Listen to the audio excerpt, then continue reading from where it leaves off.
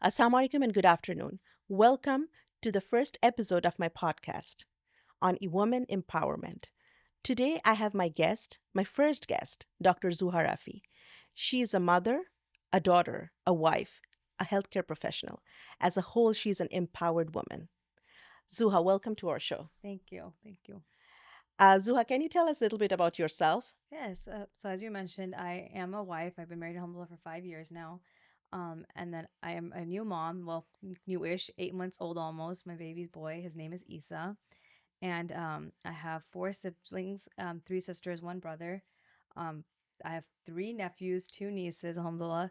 So it's a big family, and we're all very close knit. And then on top of that, I am an optometrist. I practice here in the DFW area. I've been with the same company for about 3 years. Wonderful, amazing. Zuha, how do you balance work life and personal life? I know you wear so many hats. How do you balance that? Some days are better than others, but alhamdulillah, it's a blessing nonetheless that we have an opportunity to even ask how that question in this world right now. But in general, with the support of a lot of a husband, my family, my parents, and everyone that helps out, I don't think I could have done it without them. But a lot of it's mindset. I want to do it, so I do it. I went back to work after 3 months of taking off maternity leave, but that's because I chose to do that.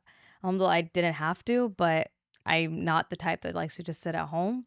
I want to be out of the house. When I come home, seeing my son, it's a different experience. So I love that part of it. But yeah, I enjoy what I do, and I think that's the important part. If you don't enjoy that, I don't think you would want to go to work every day and come back home and be busy again. Absolutely. I totally agree with you because I feel that when you are passionate about something Absolutely. and you love what you do, then you enjoy, you don't get tired in doing that. And support from family and friends, family, it's huge, especially for us women. I think we need that support more. And then I know there is a saying that everybody says that there is a success. Every successful man has a woman behind him, but I think it goes the other way too. Every successful woman who have gone to Absolutely. the top has to have that person who has been motivating, encouraging her throughout her life. And I had the privilege and honor to have like that my husband who motivated me, who encouraged me, and after Allah, where I am today, I think it's purely for him. So yeah, I totally agree with you in that. Do you see yourself as an empowered woman? Absolutely. Like you said, it's just, women have the shorter end of the stick because, even if we have support and even if, we're blessed to have nannies and daycares and all these babysitters, at the end of the day, you're still doing 99% of the kid work. When the kid gets sick, calls off? You do. So it's just no matter what, I think women have it a little bit rougher, but we get to choose most of the time. I get to choose most of the time what I want to do. But I do believe that, with the support of my husband, like, and enjoying what I do for work and everything, um, I like going to work 4 days a week. That's my full time. And then coming home to him and being his mom full time 3 days in a row. And then every night and stuff like that. So it's different. And if I didn't enjoy my career, I think I would have just been a stay at home mom, which is a great thing also on its own. It's Right. harder, I think. Right, absolutely. I think we have the privilege to be a mother. Allah, God gave us that privilege, that honor Yeah. to be a mother. And as women, I think we are mothers, and then we have that strength to nurture young minds. So we become teachers, we become nurses, we are mothers. So I feel like Allah has given us that power to multitask and then wear so many hats, and that's wonderful. Um, Zuha, tell us a little bit about your journey towards your empowerment, or what you're doing, like about your med school, and how like who motivated you and Yeah. assured you that you will be able to do that. So growing up, I was born in Chicago, raised here in Texas, Richardson, actually, very close to here. And I think this area also in general, I grew up with a lot of women that were working or were trying to do more than just like graduate and that's it, or just work 9 to 5. Like, I think I was exposed to that very early on. My parents were very supportive. My dad owns his own little business. He's done it for I don't know, I want to say 35 plus years now. My mom was a stay at home. She did a lot of our upbringing. She helped my dad. She has her own degree and everything, but she gave that up to raise us, which I think, made us who we are today. So a lot of it goes to her and my dad to seeing, they brought us to here for a better life. And so it was like, what do we do with that? Do we just, do the, 9 to 5 thing, or do we want to excel more a little? So they encouraged education very early on, but never forced it. And I think that's very important because the hijab I started on my own. They never forced it. My mom wears it, but she never was like, you have to wear it one day. So it was something I chose myself. It's just, I think being friends with your parents and vice versa, parents being friends with their kids helps motivate and shape you. So seeing that, I wanted to. My older sister left for law school. My older brother left for med school. So when it came to me, it wasn't as hard for me to be like, Mom, I'm leaving to California for optometry school. It was more so, okay, where are you going now? Although my younger two sisters, one has her PhD and the other one just graduated with her master's from London at LSE. So it's like all of us left at one point, but we all came back home too. So, for us, that was like my journey is like I grew up knowing I wanted to be a doctor. Didn't know what kind of doctor though. I just wanted to help people. So that could, and I did a, for that reason, I was a psych major. I did my psychology major, biology minor at SMU here in Dallas because I was like, what if I wanted to go that route? I have options. And I think in this world, especially right now, knowing how to understand people, psychology really helps with that. So even though I'm doing eyes all day, every day, but I really get to know my patients. And that's why I chose that route and not the MD route, is because I wanted to see my patients more than just a few times and get that access to talk to them and get to know them and help them in different ways. It's not only about the eyes, it's a whole thing also. So, journey wise, I left for optometry school in 2019. In 2015, graduated in 2019, and then it was, do I get married right after college? Is because I did meet my husband in college. Or do I leave for optometry school? He couldn't leave. His family, friend, work, and the responsibilities were here. I wanted to leave for school, so I couldn't stay here.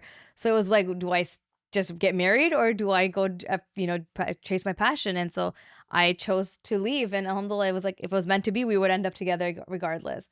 So I came back 2019, got married that winter. And then COVID happened. And so we stayed the first year in quarantine. I didn't actually start working until 2021 or end of 2020. So that's when I started practicing. And I, had a little bit of a struggle to get there with those exams. We take 3 boards. And alhamdulillah, as much as I am a people person and you can ask me questions on the spot, I'll answer them. I'm not a test taker. So it took me a while. I did struggle to take those exams. I had to retake a few of them. But eventually I persevered. I didn't give up. And that was a big thing. My parents were like, just do something else. Like, why are you stressing so much? And then my husband also was like, it's okay. Like, if you want to give up at some point, like, you don't have to like stress. He saw me because we studied together, basically. I was like, no, this is something I want to do again. And I'm really passionate about helping people. So I kept going, and no matter what, I did it eventually, and after a few attempts and whatnot, and alhamdulillah, I think that story, like at first I was ashamed to tell people I didn't pass right away when they would ask, the ones that knew about my exams, but at the end of it, it's like I think it's important for people to know it doesn't matter about how long it takes you to get there. It's just that destination at the end, as long as you get there, and if that's what you truly want. And you can change in the middle, like, or you don't want to do it anymore. You realize that's not for you. Totally different, but I knew I wanted it, and I was like, I don't care how much it takes and how much effort it takes, I will Right. do it. But for me, that was like my journey. I chose to start a family after I wanted to work for a little bit too. So again, I was blessed to like be able to fill that timeline I wanted, but life comes up and things change. But for me, it worked that the way I wanted it to work in a sense. Yeah, that's true. Like perseverance and not quitting. That kind of tells me like that's who I am as well, because I believe that no matter how hard it gets, with the help of Allah and Yeah. with the support of your family, you need to persevere and believe in yourself. I think many women, they just need to believe in themselves, because I feel that every woman has a superpower in themselves. Everyone has it, no matter what it is. It could be academic, it could be like artistic, it could be an aesthetic thing. I think every woman has a superpower. They just need to acknowledge it and embrace it, and Absolutely. then sky would be the limit. um, as when I was growing up, I would like to say that we were, me and my sister. We didn't have a brother, but we were never my parents never gave us that feeling that we Okay. couldn't do anything that a man could do. And my dad, my mom was a teacher for almost 20 years. She was a fourth grade teacher, an elementary teacher, an English teacher. And they told me that my dad always said that you have to believe in yourself, Absolutely. and you can achieve anything that a man can. um, so we were told, we were instilled that concept from very early on childhood, and I think that's very important. And that's how, and then later in my life, I married a man who was amazing, amazing. Um, I lost him in 2021, but he was my lifeline. He was my mentor. As I said at the beginning, he shaped up my life. After Allah, I give him the credit for who I am today. He told me that you need to follow your passion. I graduated as a computer scientist. I graduated from UTD, as I did my bachelor's in computer science. But I figured out that that's what not I want to do. I want to interact with people. I want to teach. And I always wanted to be an English teacher. I don't know why I ended up in being a computer scientist, but then my husband said, if that's what you want to do, Do it. go ahead, do it. You don't need to do a 9 to 5 job and sit on the desk if that's not making you happy. And Exactly. I think that was so important. I mean, that motivation, that assurance. So later in my life, right now, I teach, and I interact with people, I connect with people. I'm able to give back to the society, and that makes me immensely happy. And I think I totally agree with Zuha that following your passion with perseverance, it doesn't matter, because failure, I know people feel ashamed when they fail, but we shouldn't be, because failures are the pillars of success, because that leads you to success. If you don't fail, you would not know what success is. So I'm Yeah. sure, Zuhai, everyone in your family is so proud of you that you persevered, and where you are today. And I It's truly believe everything happens for a reason. So even if you fail once or twice and you get right back up, like there's a reason behind it. You might not see it right away, you might not understand it. And it's just a bigger picture. Like for me, I still don't know why it took me longer to do my exams. But when I did do my exams, my younger sisters look up to it. They're like, wait, you didn't give up. I'm not going to give up. So that age difference that we have is very like close knit. So it's like, it's very easy for me to be like, if I had, just been like, oh, I'm done, I'm giving up, they might have done the same right thing if they had any struggle in their life. So, there, you are being a role model to but them. and Yes. just that alone is my younger two sisters, but who knows who else knows? And hopefully this podcast goes out to other people that and the kids that don't give up. I think that thank you so much, Zuha, for bringing that up, because the purpose of this podcast is actually to empower, to motivate those girls who have so much potential in themselves, but they are scared. They're scared to explore. Don't be. You Yeah, believe in yourself. You absolutely. are worthy. Women are worthy. You just have to believe in yourself. And I think the more we understand, because nobody can define your worth, only you can, Yeah, because you are worthy. Nobody, do not give the right to define anybody. Do not give the right to anybody to define your worth, yeah, because you should already know it, that you are worthy. And I think that instilling that confidence and belief from early on childhood, it helps a lot. Do you agree with I that? definitely agree with that. It's a mindset thing, and I think it starts very early on. Um, Not to say that sometimes you don't have that confidence as a kid, as a kid or anything like that. People do have like troubled homes growing up and things, but I've seen it personally, and I've talked to so many people personally that still come out from it and do something because they know they want to. So I think that's the bigger thing is not everyone's given everything on a platter, and it's sometimes you have to work twice as hard for it, and that's okay, but just know that there's options out there for you no matter what, whether it's easy or hard. If you want to do it, you can do it. Right, absolutely. It's, as it said, that some of us are privileged enough to. Yeah, It's easier for us to achieve those goals, and it's harder for some other people. But it doesn't mean that you will not be able to reach your goal, because if you truly believe in yourself and you work hard, you will be able to reach where you want to. And I think dreaming big from childhood. It's And I know some parents, some elders, some people say that you should only be practical and think, but I feel dreaming big will lead you, even if you are dreaming to go to the sky or to the moon. If you cannot reach there, at least you will be to the stars. And it's always good to dream big and have a Absolutely. high ambition, because that's where the intention comes. And if you intend and work hard towards it, I think the goal becomes Yeah. much easier to reach. um, I also want to bring it up that, as I think I'm sure you have heard, I mean, not personally, I haven't faced that in my life, or you probably did never did it, but we know that in our back in our country, where we Yeah. where we are from India, Pakistan, Bangladesh, it's heavily people talk about the skin color, and then say that so and so, the girls who are not fair enough, You're they will judged not on get your color. married and Yes. all. And I used to see in those commercials, and it used to break my heart, like, why a person is judged by the skin color.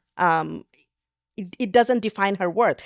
It defines who she is inward, and that's the true beauty. So do you want to do you did you hear about that, like? Yeah, absolutely. It's, I want to believe that it's not as common anymore.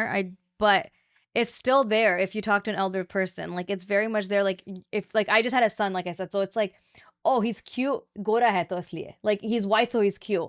And it's I think, it depends on who you're talking to, but it is less in our generation, a lot more of the grandmas now. Right. But they still think like that. Like, oh, you don't have to work because you're a female. People still think like that, or like just get a 9 to 5. That way you can just be home afterwards and cook, clean, and do the basics. But like I said, in my family it was very different, so we didn't do it as much. But going back home and things like that, or like talking to some other ones, you still do hear that, like about color, weight, this, education, wearing a scarf. Some people, that is but part of their like bio data. Like, I don't want to wear or marry someone that wears a scarf, or like, oh, there's some mother-in-law doesn't want their daughter-in-law to wear one. It's just you do still get that, but I want to believe that is changing. But Yeah, I mean, I don't know, for it hit me really hard, like when I used to hear that. Nobody should define, and I think no, people don't understand, but it really it changes hurts you. their feelings, because and the low self esteem, low confidence, it starts from right there. And then later on life, I mean, they feel they kind of like the depression and all those things, where it stems from all those low self-esteem, not being appreciated enough, not Takes away their encouraged enough. confidence. And I think as women, even to each other, like we need to empower each other, we need to motivate each other, we need to say that how that we are worthy, we are wonderful and what we are doing. And appreciation, encouragement, I think it goes Absolutely. a long way. In my personal life, I feel like I can reach the sky because of all the encouragement and appreciation. And again, I'm going to bring up my husband, who was the love of my life. He encouraged me even sometimes when I felt that I did not deserve the encouragement, but that helped me so much that I was able to do things that I never thought that I will be able to. So do motivate, do encourage, do have faith in your daughters, in your wives, in your sisters, because they are worthy. They will not let you down. Yeah, to that, like, you don't realize that your comments and stuff like that really go a long way into someone else. Like, you don't know who's struggling at home with that environment that's not getting that motivation. So, you going out of your way just to encourage another female, like, it's not the end of the world. Like, it's not awkward, like, to go and compliment someone or just to tell someone they're doing a good job if you truly believe, because your one comment might take them a long way. And your one negative comment or looking at them the wrong way, if they're already insecure, really may hinder them all the way downward spiral. And anxiety and depression, it's very high right now, and I think it's because like we don't realize how negative we were, like, as I don't know, like the older generation was towards a lot of things. So that could be truly a factor of it all right now. But to your point, I actually was discriminated against when I was wearing hijab. I worked at the VA, doing rotations, and at two different ones, two different cities. I was told like they didn't want to see me as a doctor. At the VA, you have to know you're a student. It takes like 2 hours to do those exams. And the VA in general, the wait list is like months in advance. So if you don't if you cancel that appointment, you're not getting one for another couple of months. So they were like, I don't want to see you. And all the other students, there's only three other ones that they were all taken with other patients at the time. And they were just like, I was like, you don't have to see me. That's totally fine, but just realize your appointment's not going to be until next couple of months. Right. So they were just like waiting in the lobby, deciding on what they want to do. And I was just like, in the exam lane there where they could kind of see me at an angle. And I wasn't really talking or doing anything differently. I was just in the room doing my own thing. I think I was just studying for exams at that point, and so I was just doing my own thing. And he was like, you know what, like attitude and everything. He was like, I'll see you. I was like, you're not doing me a favor, but sure. So I did his exam, and I kid you not, these guys again are guys that were brainwashed into believing a certain thing because this was back in like, they were in Afghanistan, seeing how women were very like, they were not allowed to literally do anything, and so it was just like that was their mindset. And I was like, no, the fact that I'm even standing in front of you, not, dressed in a hold up gown, a head to toe or anything like that, shows you that I've been able to do so. I didn't start working here. I had to go to school for this. It's not just a job that you can just apply to. And so just talking to them, they left, I kid you not, with the utmost appreciation for women because they were taught and told and brainwashed onto something. Then they see you like talking great English or like dressed decently and like your demeanor, your so it's like wearing the hijab, like, and that's one of the reasons why I started hijab was I was able to show people that it's more than just what people think Right. it is, what the news shows and stuff like that. Like alhamdulillah, even in America there's so many Muslims, and even if they don't wear hijab, like they're doing a great job, like, and I don't let that. That's why I kept the hijab on. I was like, sure, people are gonna judge me, they're gonna look at me, they're not gonna want to see me, but I don't care. You don't see me, like, I'll see the next person. And at the end, when they did see me, when I did see any of those patients, they left with like an appreciation for Islam in general. And then with hijab, and they're like, wow, like, being that's bold, like being hijabi in this world, in this country. I think it's its own little sharpness to it. Yeah, yeah, I think I wanted to ask you about that as well, like being a minority and a woman, and like wearing hijab. It does make it a little harder, but that at the end, I think what you did, like you showed what true Islam is, Yes. how well we are respected in Islam, and being modest, being covered, we are still actually we are more respected, and we are doing nothing short of what other women are doing, if not more. Yeah, your dress code doesn't define your education or your background or your intellect. Your yeah, absolutely. That your definition is what you are doing, how you are helping, how you are treating people, and your worth is does your dress. And someone very wise told me once that it does not matter what car you drive or what dresses you wear. It does matter how you treat people. That's, yeah, personality at the end of the day. That's what my dad said when I was doing anything in life. He's like, you can start the scarf, you can do anything, but if your personality and like being a human is just the decency isn't there, what's the point of it? So make sure your character is good, and then everything else will fall into Right, place. right, absolutely. And I myself worked also with a lot of non-Muslims before I started teaching. When I was an IT professional, I did work with non-Muslims, and also when I was teaching in public school, I had like 99% people, all my coworkers were Yeah. whites, were non-Muslims. But I think I never felt that wearing hijab, I'm an outlier. I took pride in that. I felt that I am showing that I can do things that what they can do in spite of having I'm different, because yes, different in a better way, because I feel modesty, and the hijab modesty, and if we can achieve everything with all these, then it's a true accomplishment, I believe. So yeah, and I'm sure, and that's what I wanted to bring up. That did you ever feel? And I think you already said it, but it is harder. But with perseverance, I think Yeah. we can be there. I've been given like Bibles and like things like that at work. They came back with it. I'm like, I'll respect it. I'm not gonna do anything about it, but I'll respect it because there is similarities there. I respect the Bible. The Quran has a lot of similarities, but it's a different religion. So you can give it to me. It doesn't mean I'm gonna change my mindset, but I have two of my really good friends. They're Hindu. One's Sikh, one's Hindu, and it's just like that's never changed anything. Like I'm very Muslim, they're very their thing, and we still get together when we need to. And Yes, I of don't. course. My best friend, also from college, she is Hindu, and but she really, what kind of like,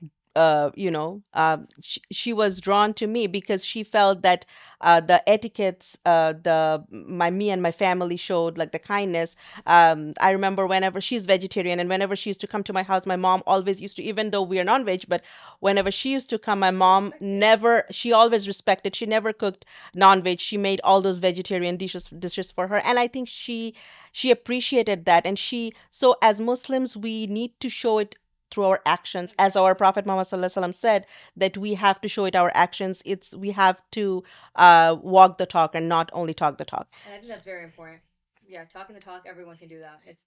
Yeah, it's the walking the talk, through our actions. So yeah, and I'm so proud of you and all the women out there, who are the healthcare professionals, the educators, the frontliners who are wearing hijab in 100-degree, and then still they're so proud that they're Muslims and they're doing it, exactly whatever other people are doing.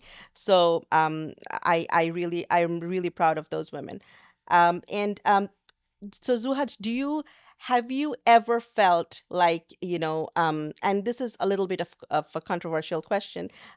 You don't need to answer if you don't want to, but do you feel that racism exists?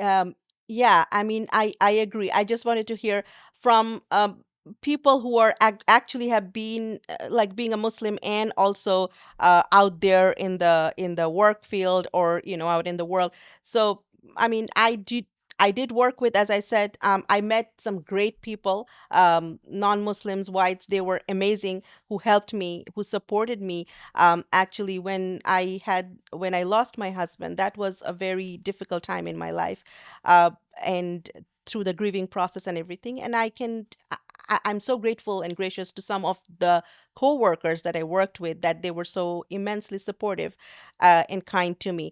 But I'll be always grateful to them. But I also saw there were a few people who were extremely racist, and they just couldn't tolerate me climbing up the ladder. And so things became ugly. And because, so I till that time, I never realized actually how profound the racism is in, even in school districts. But I mean, I don't mind talking about it openly, because I have seen it firsthand. Because even in education, that's one of the sacred things, right? We are nurturing young minds. There should not be any politics, there should not be any racism. There should be, we always keep talking that everyone is equal, regardless of their race, color, ethnicity, and religion. But actually, do we actually act on that? Yes. No, we do not. And I have seen that. So when someone saw a Muslim brown girl doing the same thing as a white lady who has been doing for 30 years, it did not go very well with them. So I would just like to say this, that when we say that we treat everyone equally, please treat everyone equally, because we are all human beings. We are creation of God. Doesn't matter what race, color, ethnicity, or religion we are from.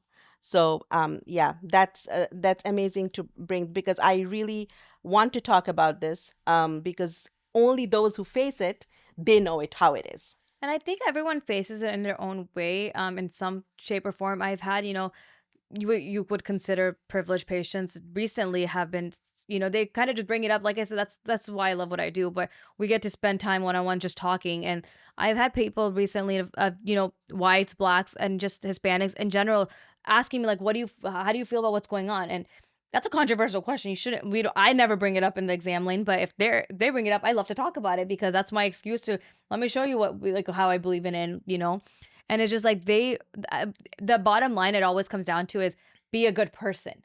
If you treat everyone with respect and just be nice to one another, I don't see why politics has to be involved. I don't know why it has to be such a big thing when if you treat everyone with kindness, if everyone stays in their lane, honestly, we would, and as Muslims, I think the ego gets in the way also in the big countries I'm talking about. And if it wasn't, I think everyone would just if you unite the amount of work we could get done in just a positive way, it would have been a beautiful thing.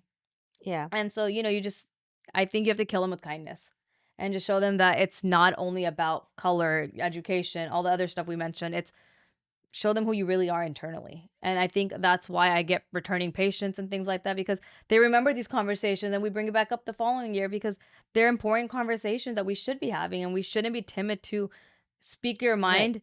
mind. Even though right now it's the opposite way we should be, but I think we really should just speak our mind and be kind about it, respectful about it.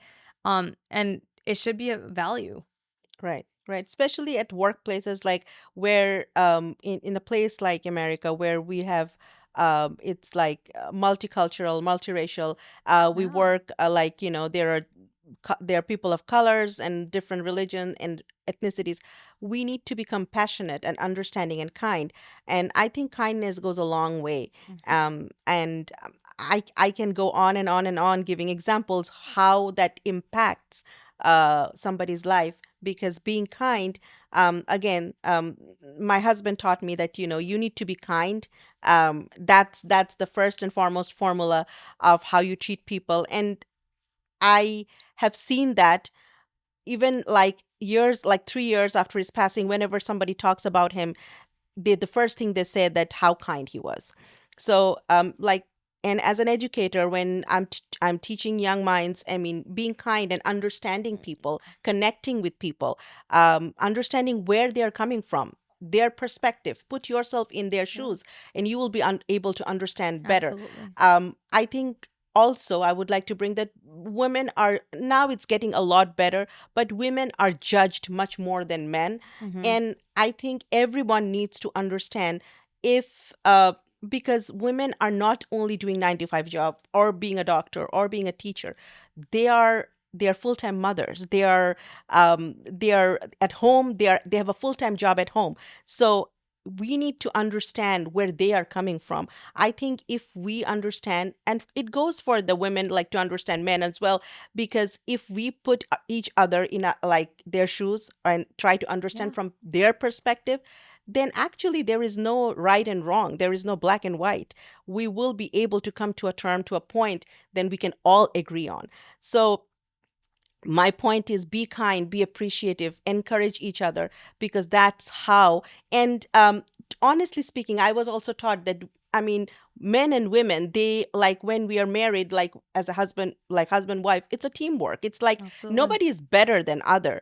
It's how well you, the teamwork is how compassionate you are with each other, and that helps, Oh yeah. the family flourishes, the society flourishes. I think my kids, when they were growing up, they saw the love and respect, the immense respect that my husband had it for me. And Absolutely. that's how my son learned that, the women are to be respected. They need to be loved, cared, and it needs to be taught from childhood. Again, it's that's through actions. Yeah, He yeah, saw your husband doing that. And your kids, mashallah, are very well behaved, very respectful, very, alhamdulillah. successful in their own ways and they're so young, so much to go, so we're but they saw it through actions. And that's a lot of it goes back to our fundamentals of a prophet and his wife. Like he did the same Right, exact thing, as long as and if you go back to all their stories, it's just like an understanding that how much hate did the prophet get and trying to when he was trying to preserve Islam. So it's like if he could do it and he killed them with kindness, how many of his absolute people that disrespected him ended up turning to become Islam at the end? right. So it's just, if, there's a will, there's a way.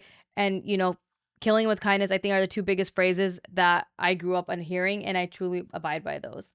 Right, absolutely. I totally agree. And Zuha, so do you feel, I know Kuram is like a wonderful one, amazing person and a wonderful husband. How does he impact, or how much impact does he has in your life? and your like continuing your career, as far as like everything? I know he's very supportive, but I want to hear from you as well. He is absolutely. I mean, if there's Wasim uncle and then there's Kurum. Like they're both very very understanding, very knowledgeable guys, and I think they truly follow the path of the prophet in that sense. Like there's no I if he's upset, if he's mad, if he's tired, you wouldn't know. Like he is very calm and I'm very opposite of calm. So we balance each other out very well. That respect is definitely there both ways. He does way more than I could ever imagine. And fatherhood to him just honestly came natural. They say like, if you have a boy, he's gonna be mommy's boy or whatever. But honestly, that kid, yeah, he runs to his dad when he sees his like he loves his dad absolutely already, and he's only 8 months old. But Kerm is the when I started hijab, he was there for that. When I started optometry school, he was there for that. When I graduated, when I didn't pass, he was there for that. So there's been a lot in our lives that we've done together, and we've been there for each other.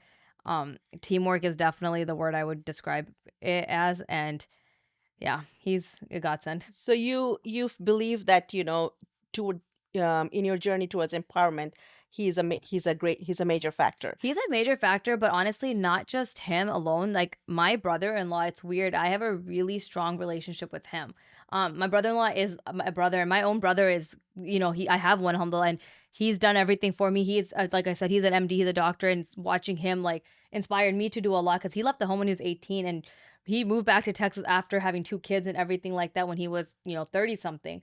So watching him being able to do everything and still how much he helps my parents with their business, it's just truly incredible. He's a great dad to three. He's a hafiz also on top of that. Like, and has his own practice, opening another one, inshallah. Like, he's doing it all. And so my brother-in-law has helped me in all my hardships too. He came in a time in our lives that we needed him the most too, because my brother wasn't here at that time. So when he came in, it was just with optometry school, with any of the things I needed help writing, like he knew exactly what I needed without even having any healthcare background. So, and him and my husband are super close, and he actually was a mentor to him in that sense when it came to marriage and relationships and stuff like that. He helped us get married, and a lot of it there was hardships in that too. It wasn't easy, even though he's Pakistani, I'm Pakistani. You would think like, oh, that's super easy. You had it lucky. No, it's not. So he was a huge like factor in that too. So I got lucky with a great brother-in-law, a great brother, and a great husband, and a great father. Alhamdulillah. I think, yeah, the my point was, like, the reason I asked you this, because it really is important, because women cannot be empowered if they do not have men to empower them, if they do not have kind, compassionate, and loving men in their lives to empower them. And as Zuha mentioned about her husband, about her brother, about her dad, and I can say the same about my dad, about my husband, and like all the men in my family, they are really supportive and respectful to women. But I would like to highlight my husband, because he totally deserves it. Because he is the only man who I saw did not have any ego. And you might be laughing your head off, thinking, oh, men and no ego. But yes, It's true. my husband, Wasim, was the only man in this earth, or in this universe, who did not have an ego. He was the first one to apologize. He was my biggest cheerleader, and he took pride in whatever I did. So one fine morning, if I say I feel like doing this, he would say that you can do it. And we need more men like that. We Yeah. do need more men like that, so that they can bring out the best in women like me. But I do want to say that doesn't mean like, and I think you're saying that if you are in a relationship, you need a man that's very understanding and very supportive. But, if you don't have a man and you don't want to be married or anything like that, you think you want to be yourself for a while, do you? That's a Yes, new thing too. absolutely. I think that's totally okay too, as long as when you do find someone you're passionate about, they are supportive and they're not toxic to you. Right. I think that's what is important. Like when you are single, be single, enjoy it. Empower Yes, yourself. You yes, don't need a man to get to that level, but when you do have a man, or when you do have a partner, you do want them to be as supportive as possible without bringing you down, because that's a huge thing in our society too. Toxic relationships is there for a reason. Right, right. And then, as Zuha mentioned wonderfully, that yes, women, we should not be like, we should be able to sustain, we should be able to do everything, believe in ourselves, and can, we should have the faith and belief that we can do anything. We don't, if somebody chooses like to be, as she said, not to get married and like have a career and have like, be with family, with like with parents and like they can be, they should have the right to do that. And then, but the point is, they need to believe in themselves, Yeah. and do with hard work and perseverance, they can do anything they have. But what I said is like, people around, not only generally men, but even the women, like the mothers, the sisters, the friends that we are having, Hmm. we have to choose who actually empowers, who are actually happy for us, who would be really truly happy when we reach up that up that climb, who are, when we are up there, who will be there to clap for us. We need to really know them and have them in our lives, No, because if you are not somebody's priority, if they are not encouraging you or motivating you in any way, then they are not worth your time. absolutely. Know who are your friends, know who are your well wishers, because it's very important. And I think as women, we need to know that very well, because for us, unfortunately, I hope that goes away, but unfortunately for women, it's harder to reach that place than men. So we need to help each other. And as women, I also sometimes see that women are not encouraging Yeah, yeah. other women, even sometimes, even it comes from home, like as I said, that I have seen in back home, I have seen back home that, then, and they are not encouraged or appreciated enough, and it breaks their heart. And then low self-esteem, low Yep. confidence starts right from the childhood, and that it carries on to their adulthood. And then, and then it keeps a lasting I mean imprint or impact in their lives, and then they suffer from depression and so many other things. So just to know that you are worthy, and people who actually love you and care for you, go ahead. There is nothing wrong in appreciating people, encouraging people, telling them that they're able to do that. So, and I think for women, we need that assurance even more. I think so too. Yeah. So Yeah, that support, it goes a long way. You don't know what someone's day is looking like, and those two words, just thank you, or like you're doing great or something, can go a long way in their whole life. There's a lot going on right now that you don't know what someone's going through. So just be nice. A smile goes a long way. I was actually told once in Pakistan they knew I wasn't from Pakistan was because I was smiling at the strangers. And that's just sad. yeah, yeah. I Like, mean, over there yeah. we understand, but over here, like, we know that Islam smiling is a charity. Yeah. So, yeah. And do you believe that, knowing your own identity, like, holding on to who you are, because sometimes we try to fit in, Oh and yeah. not in the later part of life, and maybe sometimes, Yeah. but more so like when you are teenager or like growing up, women try to fit in, and then they don't. And again, it goes back to like low self-esteem and not believing in Yeah. themselves. So I think holding on to your identity of who you are, how important is that to you? I think it's super important because, like you said, I feel like just people are very clicky. Whether it's females, males, young, old, anything like that. I feel like if you have your group, it's really hard for someone new to come in and people to be like just accepting of it. Even though you could have something of common or something like that, it's just like people are not open to new relationships sometimes later in life, I think. So you holding on to you, I think actually might be better and healthier in getting those relationships, because if you have them, great. If you don't, you're still okay. So if you're not trying too hard, it's also a good thing, but you need to try enough. But it's just, I think you need to know who you are and not lose yourself in that process, whether it's especially with your religion. Just to fit in, you definitely don't want to jeopardize your relationship. Back to what you said about knowing who your friends are. You don't want to just make friends that are going to bring you down. You want friends that empower you. You want friends that motivate you to be better, do better. You guys do charity work together, go to the mosques together, things like that. I think you should do, and you should hold on to that. And I think that's a beautiful thing of its own.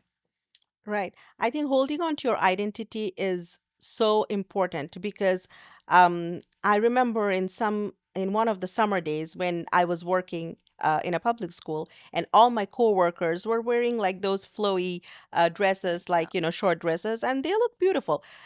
And I was wearing a full length dress with my hijab on, and it was 110 outside.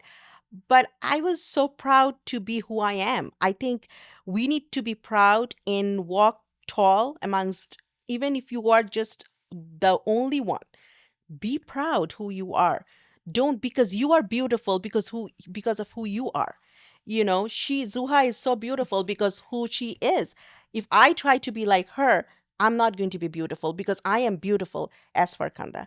So know your worth. Absolutely. You have to hold on to your identity because you are beautiful because of who you are. Let people accept of who you are, and if they are not, again, they are not worth your time.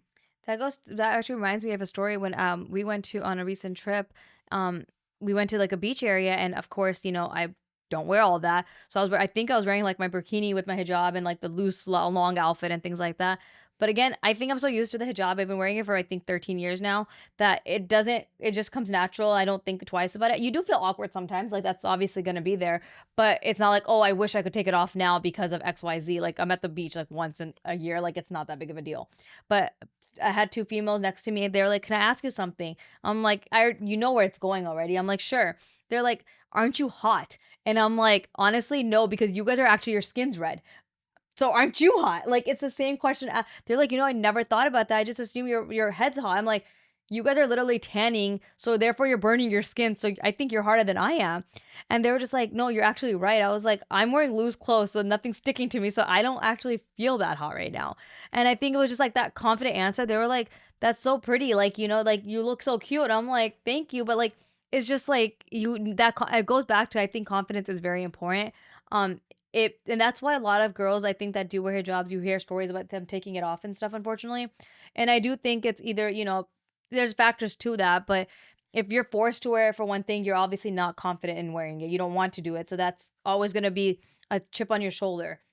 And so with that, if you choose to wear yourself, that means you were ready for it. And that's a whole different conversation then. But there's like aspects of your life and growing up, you're gonna change with the hijab and different points of your life. So I think the confidence and all of that does play a part. And there's a saying, fake it till you make it. Honestly, if you start acting like you're confident, you'll eventually be confident. So I think if you're feeling insecure, if you're feeling down, just try to act fake it till you'll make it. And you don't know how far I'll take you. Yeah, I think like like being proud of your identity and confidence, it's believing in yourself, but as I said, it needs nurturing. It needs to start from very early on childhood, that those, because I believe, I keep say telling to my daughter that you are most beautiful, you are the best, you can conquer the world. And women need to hear that. I don't think women hear that enough, and I'm going to repeat that. I'm going to repeat that to all those mothers, all those mother-in-laws, and all those people who are not appreciating their women, their girls or daughters enough, because I was privileged enough to be in a household whose mother worked all the time. She was an empowered woman who motivated and said that you are worthy. I was married to a household who told me all the time I had the best husband who actually empowered me all along. But not all women are like me and Zuha. There are women, most women, especially when you go back to our countries like in subcontinent or in Arab world, they are not appreciated or encouraged enough. People feel their place is in the kitchen. There is nothing wrong to be in the kitchen. Trust me. I cook a lot. I clean. There is nothing wrong. You should take pride. Even women should take pride when they're cooking and cleaning because they're providing food, they're taking care of the children. They should, even if somebody is a stay-home mom, wonderful. Do That's it a with whole, pride and yeah, dignity. Do it with that's pride and dignity, whatever. And that comes along again with people who are with them. They need to tell them from early childhood that you are worthy, you are the best, you are most beautiful, you can do anything that you want to, with Allah's will, and with we will support you. I think women need that assurance, need to hear that. Otherwise, it becomes harder for them to be where they want to go, and then before even they can go halfway, they fall, they kind of feel demoralized because they're not appreciated or encouraged enough, and it breaks my heart. So do appreciate. There is nothing wrong in saying thank you. There is nothing wrong in giving compliments or encouraging somebody if you can make or break her. So do that. Do encourage, do motivate. Tell your daughter that she's worthy, because it Absolutely. will make a huge difference in their life. And Zuha, we are coming to an end, almost to the end of the show. And you have, our conversation had been great, and you could have, we could have gone on I'm and on sure. and on. We're Um, both talkers. we are, yeah. And so, do you feel that, like, by holding on to your faith, and then also, your identity eventually paid off, and do you take pride in that? Absolutely. I think it goes back to everything we just said. Definitely hold on to who you are, hold on to your religion, hold on to your faith, hold on to your culture. It goes a long way, and it shapes your confidence, it shapes who you are, and when your kids, when your siblings, when your friends, whoever, you never know who you inspire by your actions. When they look up to you, it will make you proud, whether you know it or not, that they might be doing it without you knowing that they're doing it because of you. But I think there's a beauty to it, and that it goes way beyond what we know. It's always going to be there. And I think it's just like an echo chamber where it's just going to, if you do one good deed, it just kind of goes it just kind of follows, like Seth Kajaria, for instance. So I think that goes with who you are too. I think it just, people are going to be inspired by it. And I think when you, for instance, when you go to a funeral and you see how many people if it's your own funeral, you obviously don't know, but the amount of people that line up behind you, whether you knew them or you didn't, it shows who you are. And I remember for Wasim uncle, I unfortunately didn't get to know him for that long, but my husband did. And his funeral was just like, wow, like how many people were there, it was just something else. So that just goes to show, like, for you, like, brings peace, like he did actually do some good work here. And that's because he was a confident, he was a supportive, he was, It was very kind, he was very. just a kind person. And he really held on to his faith with his nonprofit also. And it helped, he didn't only have Muslims supporting it, he had a lot of non-Muslims supporting it too. And till this day, there's a lot of non-Muslims that come to those organizations as fundraisers. And that's because it's the person you are. I It think goes. treating others with kindness is very important. No matter it's a man, woman, even animals. That I know that back home again, we see in subcontinent, in India, Pakistan, Bangladesh, that people are not kind enough to animals. Be kind to all Allah's creation. They are Allah's creation.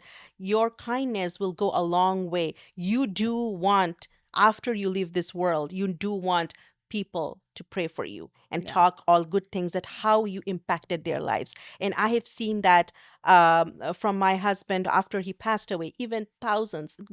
His funeral was one of the biggest funerals, alhamdulillah, I have seen. And then even now, whenever people talk about him, they always, there was not a single person who does not shed tears when they talk about him. And they talk about him that he was the kindest man in this world. And what else you need when you leave this world and you have people talking about your kindness? So be kind. Do not, doesn't matter if it's a man or woman. Be just generally kind, and say how they are valuable in your lives. This, encourage them, appreciate them, be kind, because that will go a long way. And with that, Zuha, do you want to give any message to all the young girls out there? What would be your message to them? I think it goes back to a lot of what we just said, but be you, be true to yourself, and don't let this world, take away from that. There's so much beauty to it. And I know we watch the news, there's a lot of negative things that go on. There's a lot of people that are negative in your life. Just try to ignore that part of it and focus on being a better person, because it's not about this life, it's truly about the next life. And to get there, just be as good and kind and loving as you can here. And be yourself, like academically, as a friend, as a sister, as a mom, and in your relationships, just be the best version of yourselves, and it's gonna trickle down. Absolutely. Believe in yourself and know that, again, I'm going to say that again, know you are worthy. And with that, we came to the end of this episode. And then thank you so much for being here and gracing my show. In our next episode, we will have Dr. Lara Johnson, who is another empowered woman, and we'll hear the story towards her journey towards empowerment. Till then, take care. Thank Assalamu you. alaikum.